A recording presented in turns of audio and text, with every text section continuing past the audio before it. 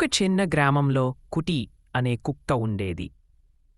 అది చాలా తెలివైనది, కాని చిన్నదిగా ఉండటంతో ఎవరూ దానిని పట్టించుకోరు.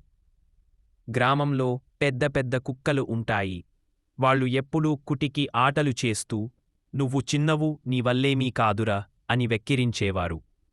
కాని కుటికి మనసులో ఒక మాట ఉండేది.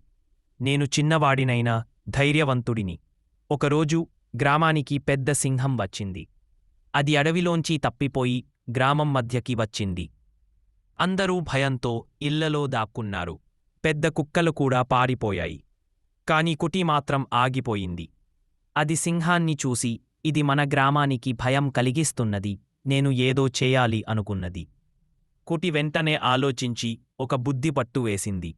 అది వెనుకగల గడ్డిగుట్టల దగ్గరకి పరుగెత్తి అక్కడి నుంచి పెద్ద శబ్దం చేస్తూ మురిగింది. సింహం ఆ శబ్దం విని భయపడి ఆ దిశగా పరుగెత్తింది. అక్కడ కాపలదారులు ఉండి బలమైన డ్రమ్లు కొడుతున్నారు. ఆ శబ్దం విన్న సింహం అడవిలోకి తిరిగి పారిపోయింది. గ్రామం అంతా బయటకి వచ్చి, "కుటి మన గ్రామాన్ని రక్షించింది" అంటూ ఆనందపడ్డారు.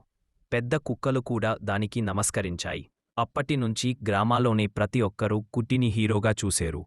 కుటి తలెత్తి నవ్వుతూ చెప్పింది, "ధైర్యం అంటే పరిమాణం కాదు, మనసు పెద్దది ఉండాలి."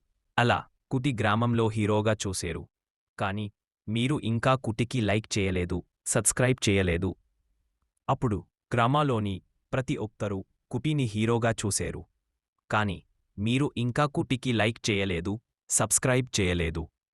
అప్పటినుంచి గ్రామాలోని ప్రతి ఒక్కరూ కుటిని హీరోగా చూసేరు. కాని మీరు ఇంకా కుటికి లైక్ చేయలేదు, సబ్స్క్రైబ్ చేయలేదు. నీవు 10 అధ్యయన మంది నేన